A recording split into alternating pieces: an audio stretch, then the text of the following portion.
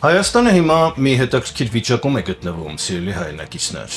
Մենք ունենք մի իշխանություն, որը ոչ թե կառավարում է, այլ բացատրում է, թե ինչու չի կառավարում։ Հարցերին, օրինակ անվտանգության հետ կապված, պատասխանում է, որ դա բարդ հարց է։ Տնտեսություն։ Մենք շատ ճիշտ ուղով ենք գնում, պարզապես սխալ տեղում ենք։ Արտաքին քաղաքականություն։ Մենք բոլորի հետ լավ ենք, պարզապես բոլորն են մեզ հետ վատ։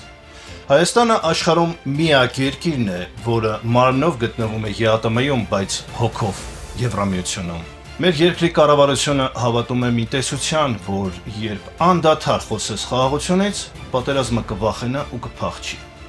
Հայաստանը մի երկիր է, ուր բանակը անընդհատ բարեփոխվում է, ուր անդադար բանակ են ստեղծում, բայց թշնամին միշտ պատրաստ է։ Եվ այս ամենը Հայաստանի վարչապետն ու իշխանությունը կոչում է ռազմավարություն։ Հայաստանը մի երկիր է, որտեղ աղքատությունը նվազում է թվերով, բայց մարդիկ դա զգում են միայն վիճակագրության մեջ։ Հայաստանը մի երկիր է, որ աշխարհի բոլոր 4 ծայրերի հետ ունի կնքված ռազմավարական գործընկերության մասին պայմանագիր՝ ԱՄՆ, Չինաստան, Եվրոպա, Ռուսաստան,